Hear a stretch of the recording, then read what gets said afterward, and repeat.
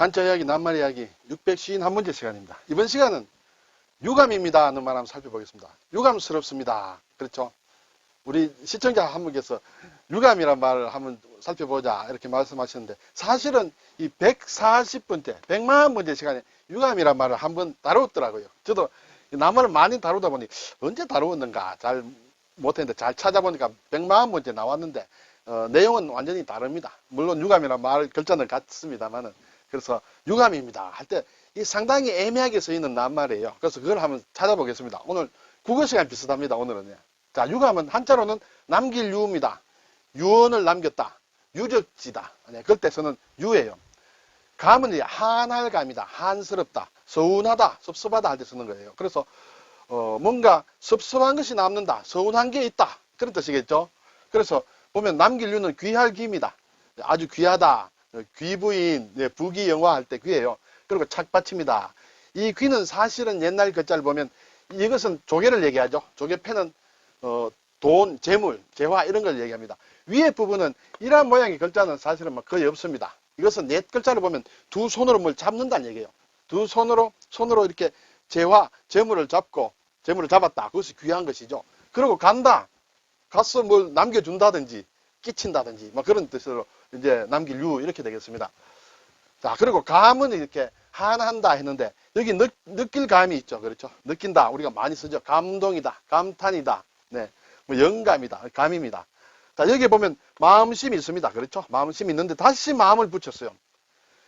느낀다는 것은 마음으로 느끼죠. 그런데 거기 마음이 하나 더 붙음으로 굉장히 많이 느끼는 모양입니다.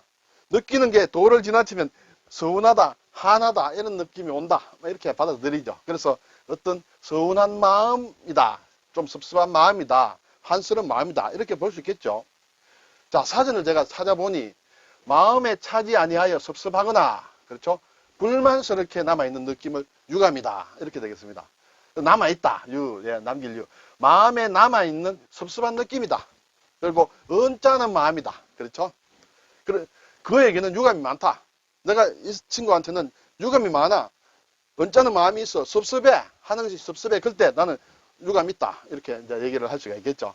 그런데 같은 발음인데 있을 유자, 느낄 가, 그냥 느낌이 있다는 얘기예요. 느낌이 있다. 이거하고는 다릅니다. 섭섭하다든지 언짢다든지 그런 게 아니라 단지 느낌이 있다.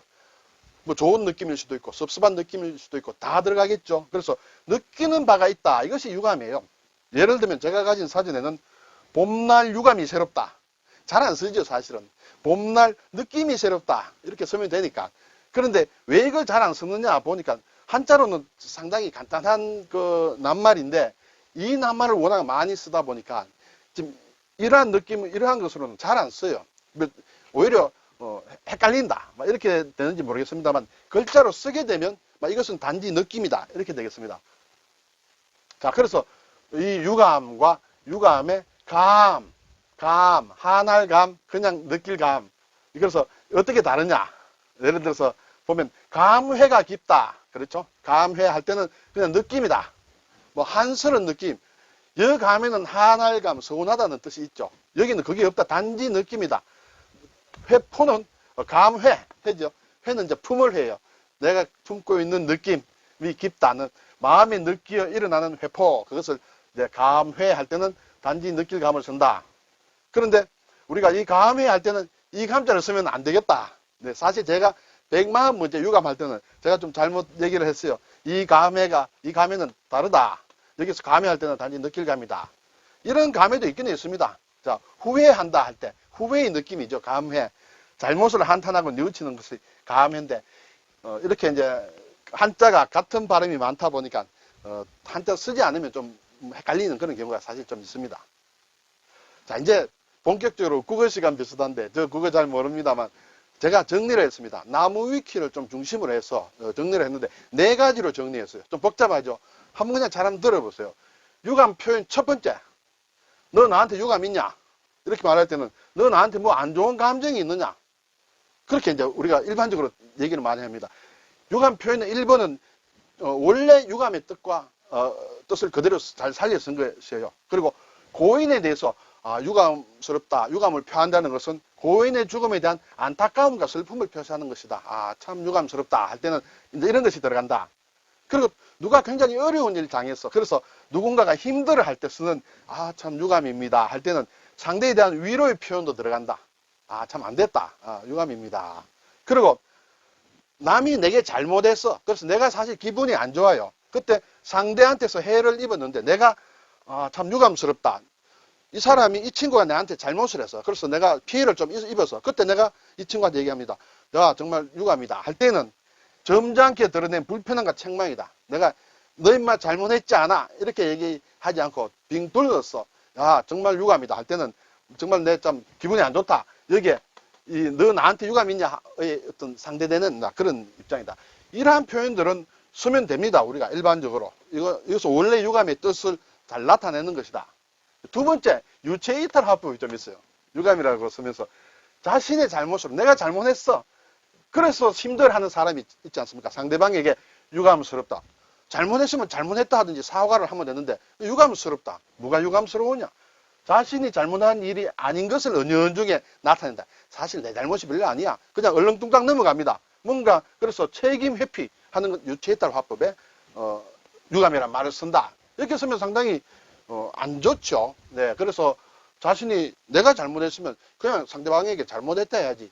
사과한다 해야지. 야, 참 유감스럽다 하면 안 되죠. 그렇죠. 상대방이 유감스럽게 느껴야 되는데 내가 야, 유감스럽다 하면 안 됩니다. 자, 세 번째. 정치인들이 많이 씁니다. 그렇죠. 유감스럽다. 굉장히 많이 듣습니다. 자기 잘못을 절대 인정하지 않아요. 정치인들은. 그리고 상대방으로부터 섭섭하거나 언짢은 마음일 때 쓰는 표현이다. 이렇게 되는데 사과의 표현으로 생각하는 사람이 있지만은 원래 사과하는 그런 마음으로 이 표현을 하지만 표현에 따라서는 사람을 놀리는 것, 가지고 노는 것 같은 그런 느낌을 든다. 이렇게 이제 정치인들이 유감스럽다 할 때는 잘 따져봐야 됩니다. 이거 원래 유감과 맞는지 자기 책임 회피하는 그런 것이 있다. 얼렁뚱땅 넘어가는 그런 경향이 있다. 그리고 정치인이 아니라 우리 일반인들도 유감스럽다는 거 비슷하게 안타깝다. 잘못했으면 잘못했고 참 슬플 것이면 슬프고 기분 나쁘면 기분 나쁜데 참 안타깝다로 끝내는 경우가 많아요. 그렇죠? 그리고 이런 것도 많이 붙이죠. 이유여하를 불문하고 유감스럽다. 이유여하 불문 그거 묻지 말고 일단 유감스럽다. 또는 이유여하를 불문하고 안타깝다. 이런 표현은 글쎄요. 사회생활 하다 보면 이런 표현을 써야 될 때도 있을지 모르겠습니다만 문제는 자기 책임을 회피하려는 그러한 마음에서 쓰는 것은 별로 좋지 않다. 이렇게 되겠죠. 자, 마지막으로 외교적 표현 유감스럽다 할 때 잘 봐야 됩니다. 특히 남북 사이, 한일 사이, 물론 한중 사이도 그렇고 중일 사이도 그럴 거예요. 왜냐하면 한자를 쓰기 때문에 그래요. 같은 글자를 쓰기 때문에 이건 이제 유감을 쓴다 이거예요. 다른 외국 같은 경우에는 예를 들어 리그레트라든지 소리라든지 어팔로자이저 이렇게 맞춰서 이렇게 쓰면 되는데 한중 일 사이 남북 사이에는 같은 한자를 쓰다 보니까 그냥 유감스럽다 하면 이건지 모르게 애매하게 쓰는 경우들이 많다.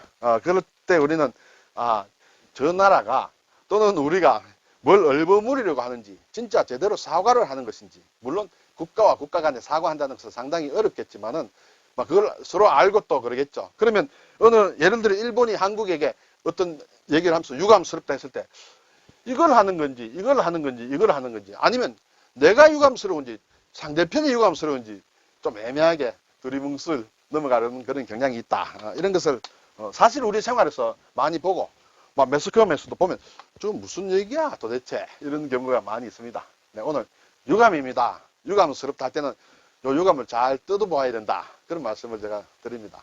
감사합니다.